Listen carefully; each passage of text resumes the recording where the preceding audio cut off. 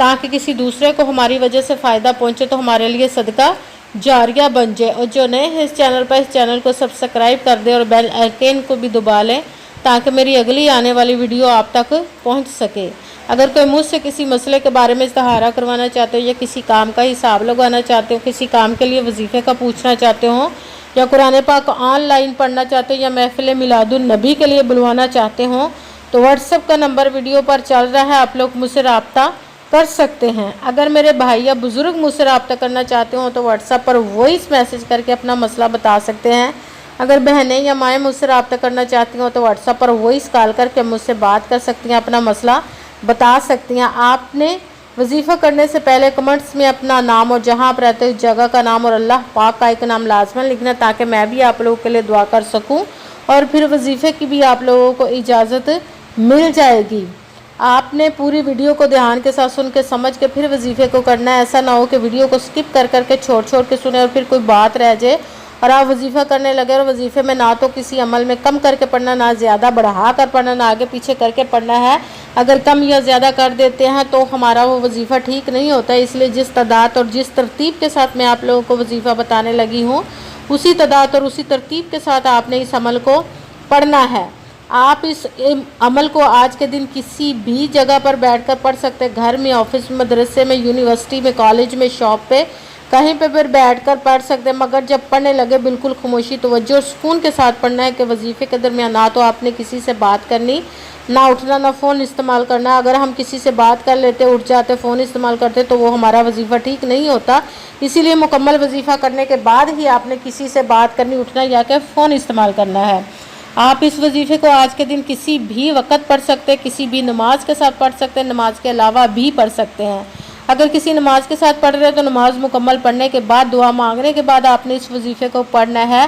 اگر نماز کے علاوہ پڑھ رہے ہیں تو آپ نے باوضو ہو کر ایسی جگہ پر بیٹھنا ہے جہاں پہ آپ بالکل خاموشی سکون کے ساتھ وظیفے کو پڑھ سکیں۔ جب آپ باوضو ہو کر بیٹھ گئے تو ایک مرتبہ درود پاک پڑھنا، کوئی سا بھی درود پاک پڑھ سکتے ہیں، مگر درود ابراہیمی جو نماز میں پڑھا جاتا ہے وہ والا ایک مرتبہ درود پاک پڑھ لے تو زیادہ بہتر ہے۔ درود پاک پڑھنے کے بعد ایک مرتبہ اعوذ باللہ من الشیطان الرجیم بسم اللہ الرحمن الرحیم پڑھ کر اپنے مقصد کی نیت کر لینی، جس مقصد جس حاجت کے لیے آپ اس وظیفے کو پڑھنے لگے ہیں۔ سب سے پہلے نمبر پر پھر آپ نے جو وظیفہ پڑھنا ہے وہ ہے رب کائنات اور اس کے محبوب کے اسم مبارک کا وظیفہ، دونوں کو ملا کر پڑھیں گے تو ایک گنا جائے گا۔ یا اللہ یا محمد ایک ہو گیا، یا اللہ یا محمد دو ہو گیا، یا اللہ یا محمد تین ہو گیا۔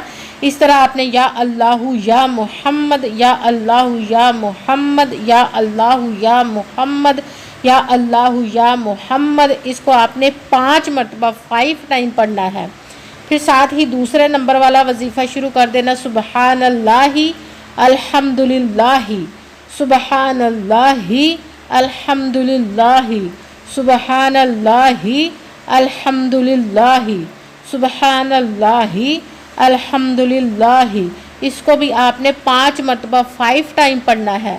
پھر ساتھ ہی تیسرے نمبر والا وظیفہ شروع کر دینا، وہ ہے یا باسطو، یا باسطو، یا باسطو، یا باسطو، اس کو آپ نے 10 مرتبہ 10 ٹائم پڑھنا ہے۔ پھر ساتھ ہی جو سکرین پر آپ کو آیت نظر آ رہی اس کا وظیفہ پڑھنا ہے، حسبنا اللہ و نعم الوکیل، حسبنا اللہ و نعم الوکیل، حسبنا اللہ و نعم الوکیل، اس کو بھی آپ نے 5 مرتبہ 5 ٹائم پڑھنا ہے۔ پھر ساتھ ہی آپ نے یا حیو یا قیوم کا وظیفہ شروع کر دینا ہے، یا حیو یا قیوم، یا حیو یا قیوم، یا حیو یا قیوم، یا حیو یا قیوم، اس کو بھی آپ نے 5 مرتبہ 5 ٹائم پڑھنا ہے۔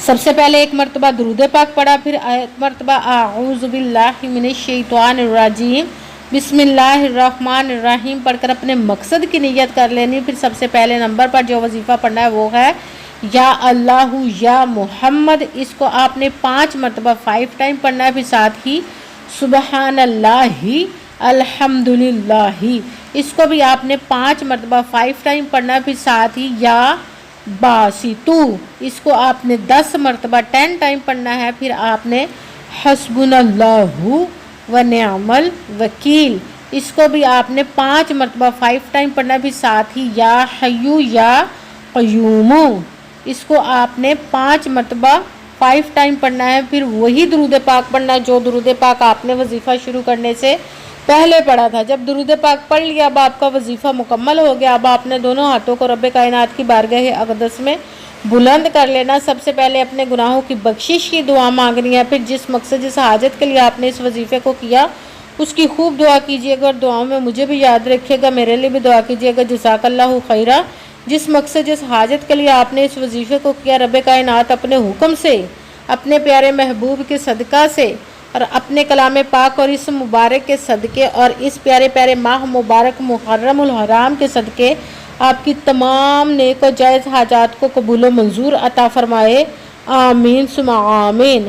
السلام علیکم ورحمۃ اللہ وبرکاتہ۔